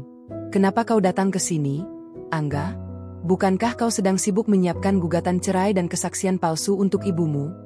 Tanyaku dengan suara ketus, menyembunyikan rasa rindu yang luar biasa. Angga berbalik. Matanya merah dan sembab. Ia melangkah mendekat, namun aku mundur 1 langkah. "Rani, aku tidak pernah memberikan kesaksian untuk membela ibu. Aku datang ke kantor polisi untuk memberikan bukti tambahan. Bukti tentang bagaimana ibu memasukkan tanda tangan ayah untuk menyingkirkan ibumu dari daftar pemegang saham puluhan tahun lalu." Aku terpaku. Lidahku keluh. Apa maksudmu?" "Aku menemukan buku harian rahasia ayah di brankas lama yang kau buka semalam. Aku baru tahu sekarang, Rani. Aku baru tahu kalau keluargaku telah menghancurkan keluargamu jauh sebelum kita bertemu. Aku mengerti sekarang kenapa kau melakukan semua ini. Kau bukan ingin merampok kami, kau hanya mengambil kembali apa yang mereka curi dari ibumu," ucap Angga dengan suara yang pecah oleh isak tangis. Ia jatuh berlutut di depanku, persis seperti malam di ruang makan, tapi kali ini suasananya berbeda. Media mengira aku membela ibu karena itu adalah skenario yang dibuat pengacara ibu Sofia untuk memancingmu keluar. Aku berpura-pura agar ibu mau bicara jujur padaku di ruang kunjungan penjara tentang di mana dia menyembunyikan sisa dokumen aslinya. Dan aku berhasil mendapatkannya. "Rani, ini untukmu." Angga menyerahkan sebuah amplop coklat yang sudah lecek. Di dalamnya terdapat surat pernyataan asli yang ditandatangani oleh almarhum ayah Angga, yang mengakui bahwa sebagian besar modal awal perusahaan adalah milik keluarga ibuku. Dengan dokumen ini, semua tuntutan balik ibu Sofia akan gugur seketika di pengadilan. Aku menyentuh pundak Angga yang gemetar. Kemarahanku menguap, digantikan oleh rasa iba yang mendalam. Kami berdua adalah korban dari ambisi gila generasi sebelum kami. Kenapa kau membantuku, Angga? Kau akan kehilangan segalanya. Nama baikmu, harta warisanmu, bahkan ibumu sendiri. Angga mendongak, menatap mataku dengan tatapan yang paling jujur yang pernah kulihat. Karena aku ingin menjadi ayah yang bisa dibanggakan oleh anak kita. Aku tidak ingin dia lahir dalam kebohongan. Aku kehilangan ibu dan Sheila, tapi aku tidak mau kehilangan kau dan bayiku. Meskipun kau mungkin tidak akan pernah bisa memaafkanku sepenuhnya. Aku menariknya berdiri dan memeluknya erat. Di bawah rintik hujan yang mulai turun, kami berdua berdiri di tengah taman yang sunyi. Puncak konflik yang kurasakan bukanlah saat polisi datang, melainkan saat kebenaran ini akhirnya menyatukan kembali kepingan hati kami yang sempat hancur. Namun, aku tahu ini belum berakhir. Ibu Sofia adalah wanita yang nekat. Jika dia tahu Angga berkhianat, dia akan melakukan hal yang lebih gila lagi dari dalam penjara. Kita harus pergi dari sini, Angga. Malam ini juga. Rumah ini tidak lagi aman, bisikku. Saat kami berbalik menuju rumah, sebuah cahaya lampu mobil yang sangat terang menyorot ke arah kami dari balik gerbang yang tiba-tiba terbuka paksa. Sebuah mobil jeep hitam meluncur kencang ke arah taman, mengabaikan teriakan penjaga. Hatiku mencelos. Musuhku ternyata memiliki kaki tangan yang lebih setia daripada yang kubayangkan. "Lari, Rani. Masuk ke dalam," teriak Angga sambil mendorongku ke arah pintu samping. Suara ban yang berdecit di atas rumput dan teriakan kemarahan dari dalam mobil itu menandakan bahwa babak akhir dari drama ini akan melibatkan darah yang lebih banyak daripada yang pernah kubayangkan. Aku memegang perutku, berjanji dalam hati bahwa apapun yang terjadi, mahkota ini tidak akan pernah jatuh lagi. Suara deru mesin jeep itu membelah kesunyian malam seperti raungan monster yang kelaparan. Lampu tembaknya yang menyilaukan membutakan pandanganku sejenak. Namun sentakan tangan Angga di lenganku menyadarkanku dari kekakuan. Kami berlari menembus rintik hujan yang mulai menderas. Kaki-kakiku yang terasa berat karena kehamilan tua dipaksa untuk memacu adrenalin. Di belakang kami, pintu jeep terbuka kasar dan 3 orang pria berjaket gelap melompat turun dengan gerakan taktis yang terlatih. Mereka bukan sekadar preman bayaran. Mereka adalah bayang-bayang masa lalu Ibu Sofia yang kini menagih janji setia. Masuk ke ruang bawah tanah. "Rani, lewat pintu dapur," teriak Angga sambil sesekali menoleh ke belakang. Ia meraih sebuah vas bunga porselen besar dari meja teras dan melemparkannya ke arah pengejar pertama, memberikan jeda beberapa detik bagi kami untuk menyelinap masuk ke dalam rumah. Suara pecahan porselen itu beradu dengan hantaman pintu kayu jati yang segera aku kunci dari dalam dengan tangan gemetar. Di dalam dapur yang remang-remang, napas kami memburu, menciptakan uap tipis di udara dingin. Aku mencengkeram amplop coklat dari Angga seolah-olah itu adalah jantungku sendiri. Angga, mereka akan mendobrak pintu itu. Kita tidak bisa bersembunyi di sini selamanya, bisikku dengan suara yang pecah. Aku merasakan tendangan keras dari dalam perutku, sebuah protes dari nyawa kecil yang ikut merasakan ketakutan ibunya. Angga tidak menjawab. Ia segera menggeser lemari penyimpanan piring yang berat, menyingkap sebuah pintu besi kecil yang menuju ke ruang panel listrik dan gudang penyimpanan anggur bawah tanah. Hendra sudah menunggu di ujung terowongan keluar dekat paviliun belakang. Kau harus pergi sekarang, Rani. Bawa dokumen ini. Jika mereka mendapatkannya, semua pengorbanan kita akan sia-sia. Lalu kau? Aku tidak akan meninggalkanmu di sini sendirian dengan mereka. Aku memprotes. Air mata kini bercampur dengan tetesan hujan di wajahku. Aku akan mengalihkan perhatian mereka. Mereka pikir aku masih di pihak ibu. Aku akan mencoba bernegosiasi. Setidaknya itu akan memberimu waktu 10 menit untuk sampai ke mobil Hendra. Perga. Angga mencium keningku dengan cepat. Sebuah kecupan yang terasa seperti salam perpisahan yang menyesakkan. Ia mendorongku masuk ke dalam kegelapan tangga bawah tanah, dan menutup pintu besi itu tepat saat suara hantaman keras terdengar dari arah pintu dapur. Aku merayap di dalam lorong yang sempit dan lembab, hanya mengandalkan cahaya dari layar ponselku yang cahayanya mulai meredup. Setiap langkah terasa seperti siksaan pada pinggangku, namun bayangan wajah Ibu Sofia yang penuh kebencian menjadi cambuk yang memaksaku terus bergerak. Di kejauhan, aku mendengar suara bentakan dan barang-barang yang dibanting di lantai atas. Suara Angga terdengar meninggi, mencoba menahan orang-orang itu dengan otoritasnya sebagai putra mahkota keluarga Pratama yang kini telah runtuh. Tiba-tiba, langkahku terhenti. Di ujung lorong, sebuah bayangan berdiri tegak menungguku. Jantungku nyaris melompat keluar. Namun, saat cahaya ponselku mengenai wajahnya, aku terduduk lemas di lantai semen yang dingin. Itu adalah Sheila. Ia tidak lagi mengenakan gaun sutra, melainkan baju tahanan yang dibalut jaket kulit kebesaran. Wajahnya pucat pasi, matanya cekung, dan ia memegang sebuah pemantik api di tangannya. Kau pikir kau bisa lari begitu saja, Kak Rani? Suara Sheila terdengar parau dan tidak stabil. Ibu bilang kau adalah iblis yang menyamar. Kau menghancurkan rumah kami. Kau membuatku membusuk di sel yang bau itu hanya dalam 1 malam. Aku mencoba mengatur napas, berusaha tetap tenang meski tanganku berkeringat dingin. Sheila, dengarkan aku. Ibumu yang menghancurkan kalian. Dia yang meracuniku. Dia yang menggunakanmu untuk melakukan kejahatannya. Aku hanya membela diri dan anakku. Sheila tertawa kecil, tawa yang terdengar sangat mengerikan di dalam lorong yang sempit itu. Membela diri? Kau mengambil semua uang kami. Kau mengambil masa depanku. Ibu sudah mengatur agar aku bisa keluar sebentar malam ini hanya untuk satu hal, memastikan dokumen itu terbakar bersamamu di lorong ini. Ia menyalakan pemantik api itu. Cahaya apinya menari-nari di bola matanya yang tampak kosong.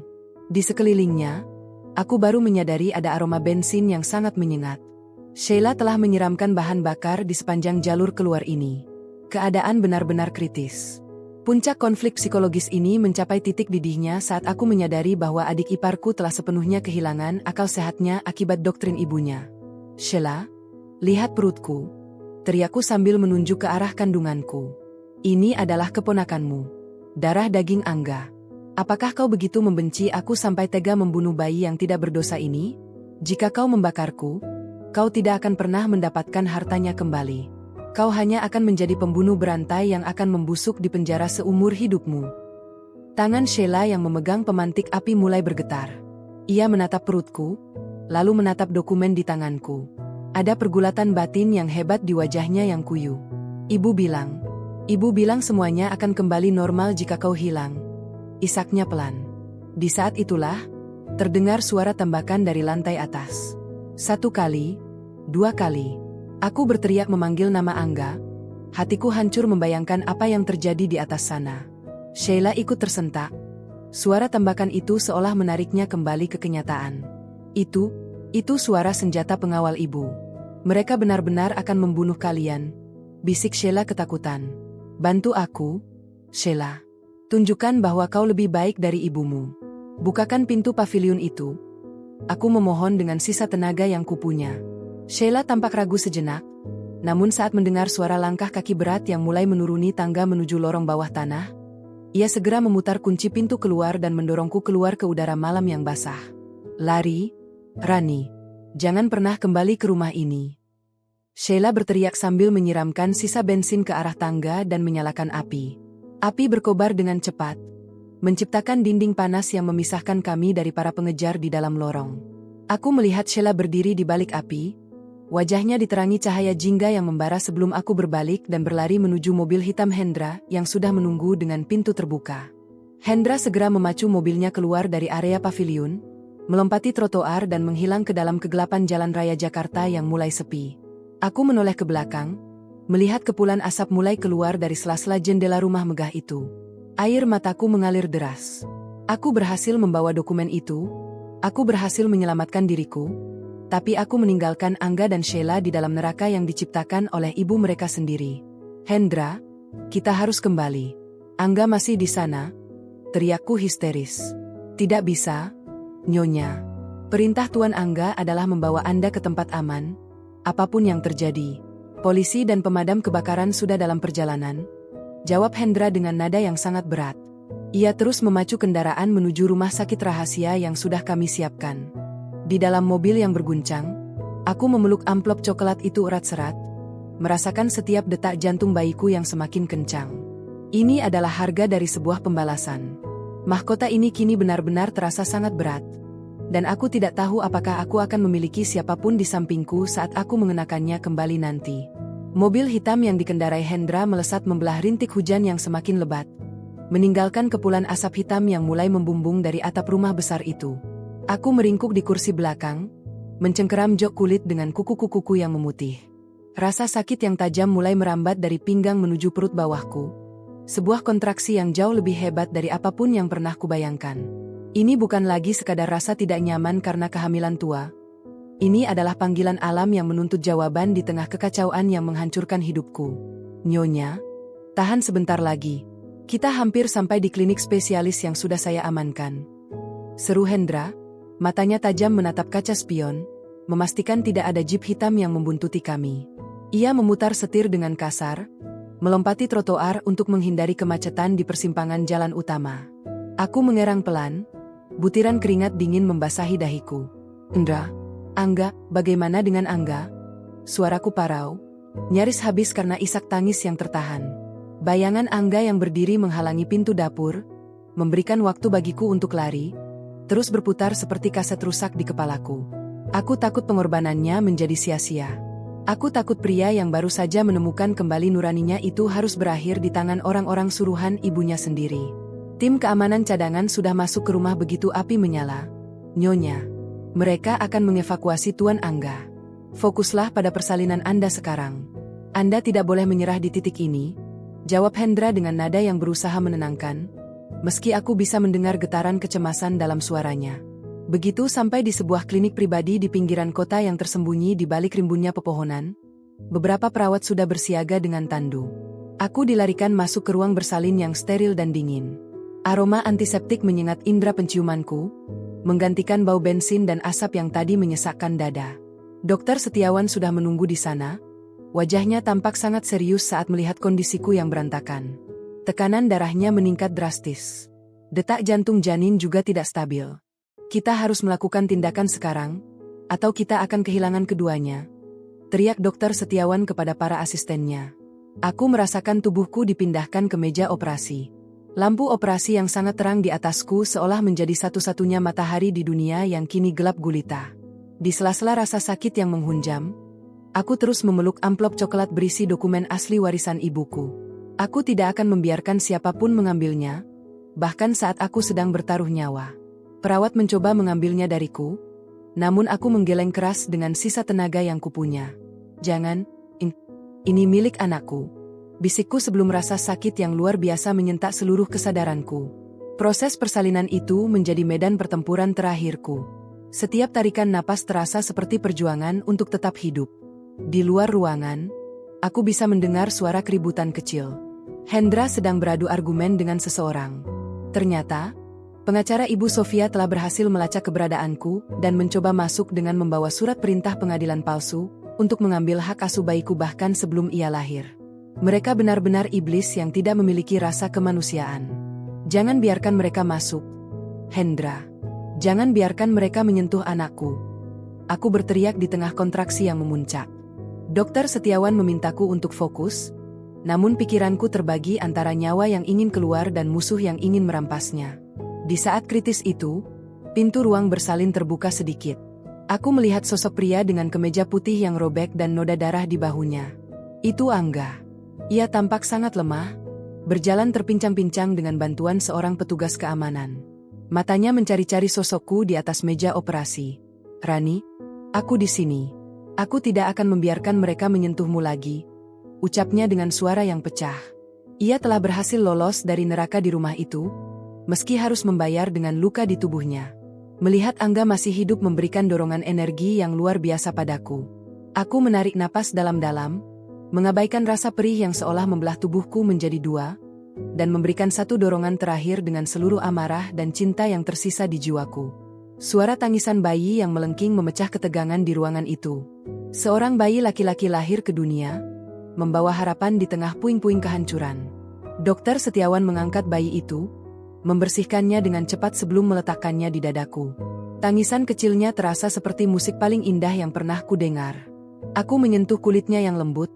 Air mataku mengalir deras bukan karena sedih, melainkan karena rasa syukur yang tak terhingga. Dia selamat. Angga, bisikku lemah. Angga mendekat, mencium keningku dan kening bayi kami. Di tangan lainnya, ia memegang sebuah ponsel. Ibu sudah ditangkap kembali, Rani. Begitu juga dengan pengacaranya yang mencoba menerobos ke sini. Rekaman dari kamera mikromu dan dokumen yang kau bawa sudah cukup untuk memastikan mereka mendekam di penjara seumur hidup. Tidak akan ada lagi yang bisa mengganggu kita. Namun, di tengah momen haru itu, Hendra masuk dengan wajah yang sangat pucat. Ia memegang sebuah tablet yang menunjukkan berita utama di media massa. Nyonya, ada satu hal lagi. Pratama Group baru saja menyatakan pilot total karena semua hutang gelap Ibu Sofia yang terungkap ke publik. Saham Mahardika Group juga ikut bergejolak. Kita memenangkan perang ini secara hukum, tapi secara finansial, kita sedang berdiri di tepi jurang. Aku menatap bayiku, lalu menatap Angga. Aku tersenyum tipis, sebuah senyuman yang penuh dengan tekad seorang eksekutif sejati. Biarkan saja mereka pilot, Hendra. Kita akan membangun kembali semuanya dari awal. Tanpa noda, tanpa kebohongan.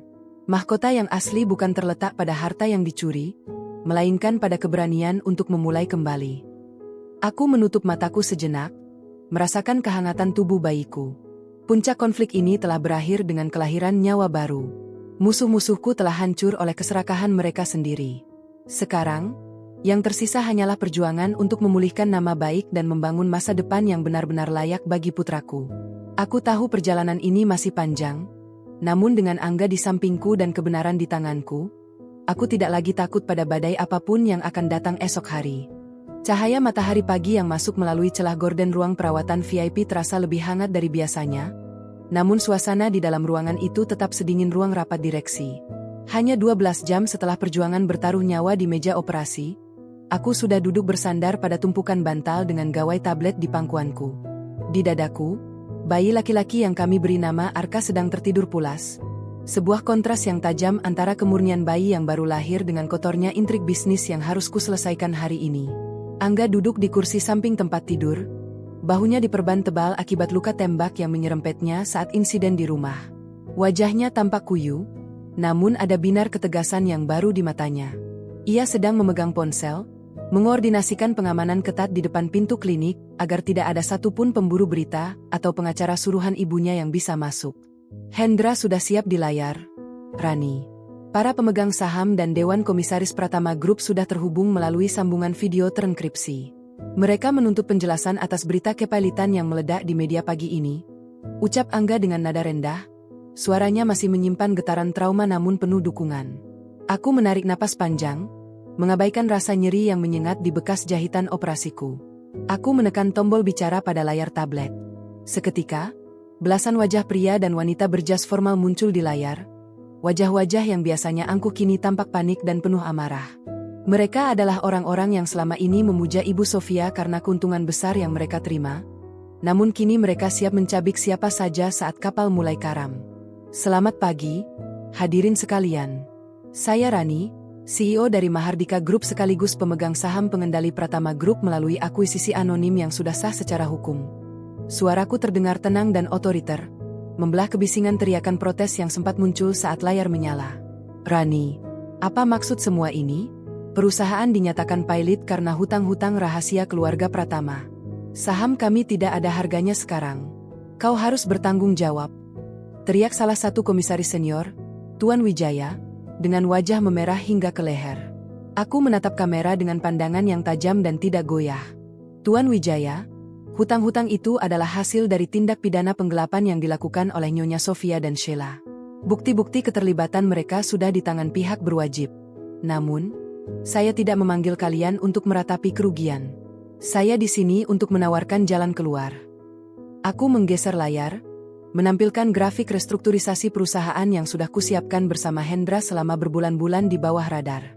Saya akan menyuntikkan dana segar sebesar 100 miliar rupiah melalui Mahardika Group untuk melunasi hutang-hutang mendesak.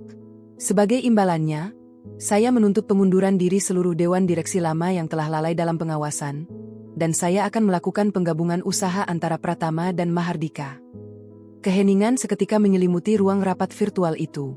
Mereka terkejut melihat betapa rapinya rencana penyelamatan ini disusun oleh seorang wanita yang baru saja melahirkan. Mereka mulai menyadari bahwa selama ini mereka meremehkan orang yang salah. Di sampingku, Angga menggenggam tanganku erat, memberikan kekuatan moral yang sangat kubutuhkan.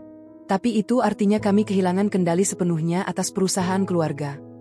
Protes Tuan Wijaya lagi, meski nadanya kini jauh lebih lemah.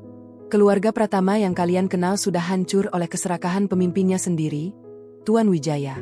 Pilihlah, kehilangan kendali tapi modal kalian selamat, atau tetap memegang kendali di atas perusahaan yang sudah menjadi abu? Tanyaku dengan nada retoris yang mematikan. Aku melihat mereka saling berbisik di layar masing-masing.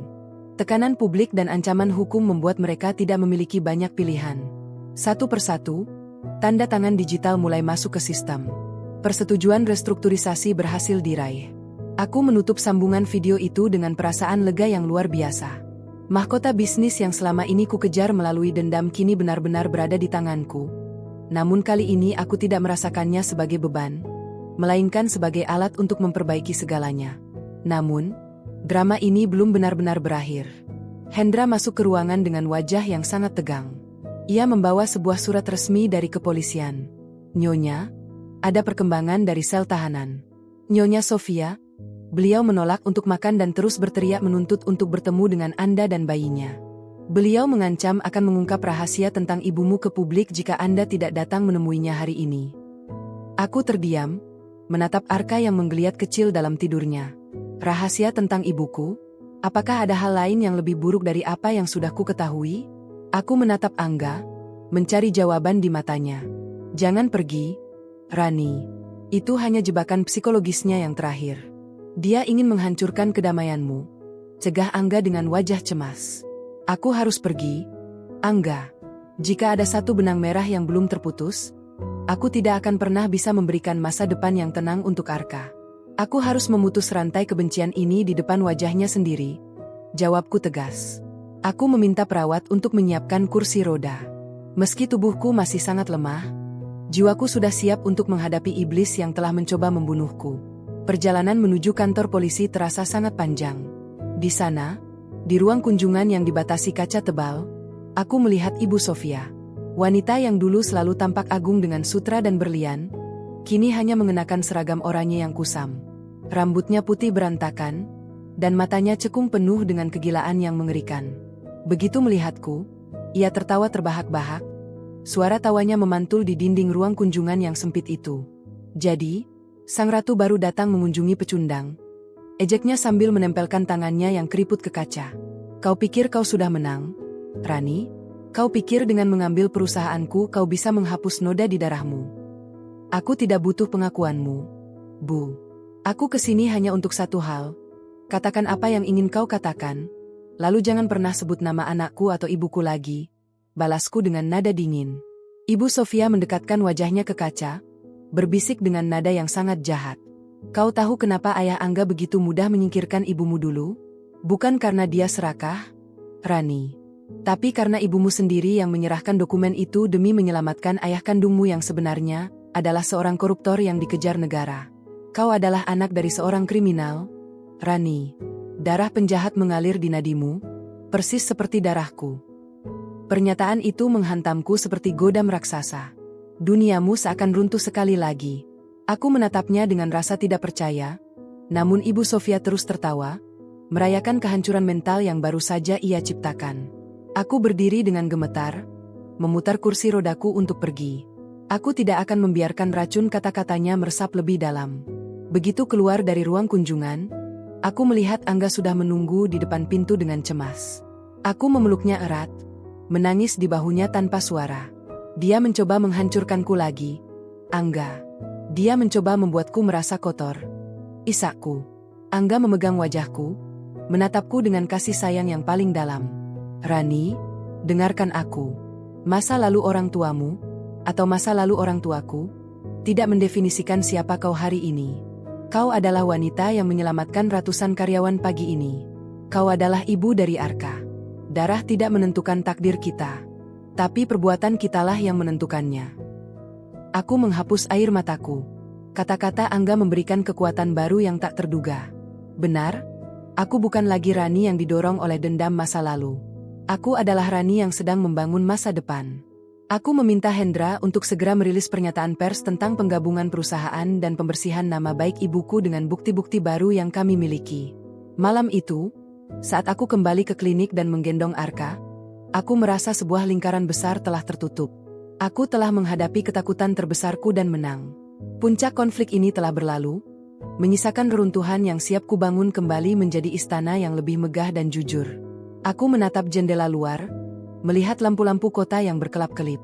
Esok adalah babak terakhir, di mana keadilan akan ditegakkan sepenuhnya dan aku akan memulai hidup baru sebagai seorang pemimpin, seorang istri, dan seorang ibu yang merdeka.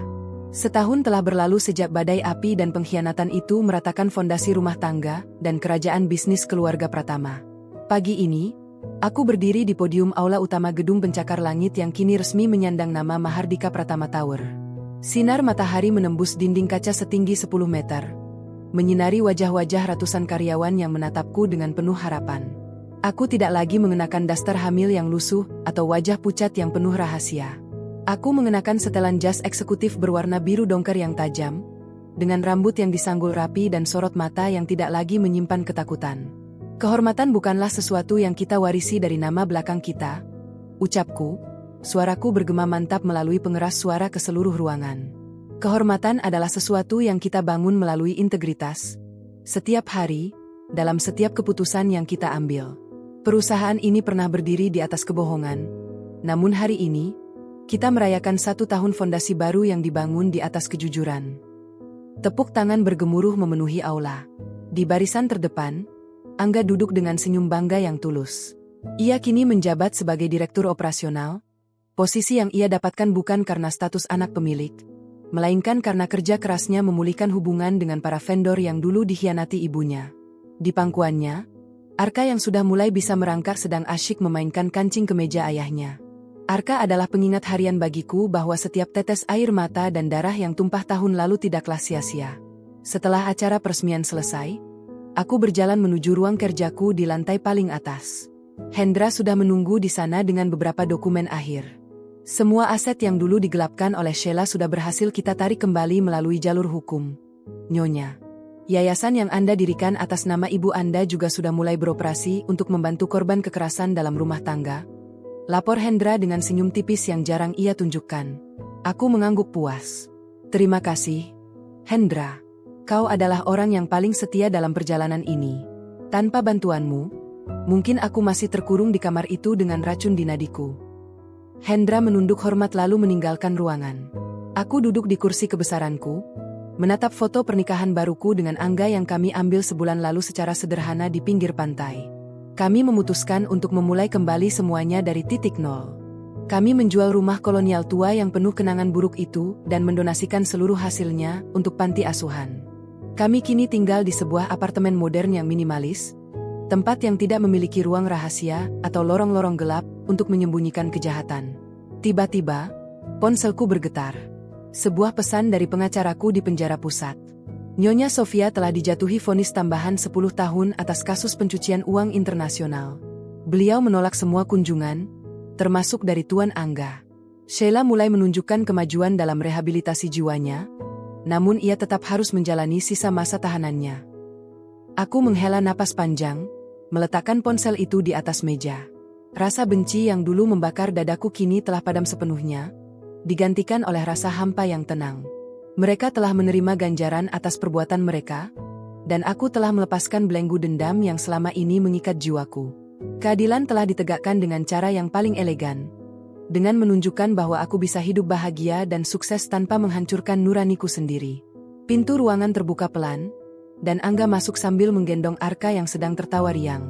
"Ratu eksekutif kita sudah selesai bertugas?" goda Angga sambil mengecup pipiku lembut. Ia meletakkan Arka di atas karpet tebal, dan putra kecil kami itu segera merangkak menuju meja kerjaku, mencoba meraih pulpen emas yang terletak di sana. "Hampir selesai. Aku hanya sedang memikirkan betapa jauhnya kita sudah melangkah, Angga," jawabku sambil membelai rambut Arka. "Dulu aku berpikir bahwa memiliki perusahaan ini adalah segalanya. Tapi sekarang, melihat kalian berdua selamat dan bahagia, itulah kemenangan yang sesungguhnya." Angga berlutut di sampingku, menggenggam tanganku. "Kau menyelamatkan kami semua, Rani. Kau menyelamatkan aku dari pengaruh buruk keluargaku, dan kau memberikan masa depan yang bersih untuk Arka. Kau bukan hanya seorang CEO, kau adalah pelindung keluarga ini." Kami menghabiskan sore itu dengan melihat matahari terbenam dari balik jendela kantor. Jakarta tampak begitu tenang dari ketinggian ini. Aku menyadari bahwa hidup adalah sebuah rangkaian bab yang berkelanjutan, terkadang penuh dengan konflik yang menyakitkan, namun selalu memberikan kesempatan untuk menulis akhir yang indah. Ibu kandungku kini sudah tinggal bersamaku di apartemen. Meski ingatannya terkadang masih kabur, beliau sering tersenyum saat menggendong Arka. Rahasia tentang ayah kandungku yang dikatakan Ibu Sofia di penjara ternyata hanyalah distorsi informasi untuk menjatuhkanku. Ayahku memang terjebak dalam skandal, namun ia adalah pria yang mengorbankan segalanya demi melindungi ibu dan aku dari incaran keluarga Pratama saat itu. Aku telah membersihkan nama baiknya secara hukum sebulan yang lalu. Saat aku menutup laptopku dan bersiap untuk pulang, aku menatap bayangan diriku di kaca jendela. Wanita di dalam cermin itu bukan lagi wanita yang sedang hamil tua dan ketakutan. Ia adalah seorang wanita mandiri, seorang pemimpin yang disegani, dan seorang ibu yang tangguh. Aku telah melewati puncak konflik yang nyaris merenggut nyawaku, dan kini aku sedang menikmati kedamaian yang kubangun dengan tanganku sendiri. "Ayo pulang, Rani. Arka sepertinya sudah mengantuk," ajak Angga sambil menggendong Arka yang sudah mulai menyandarkan kepalanya di bahu sang ayah.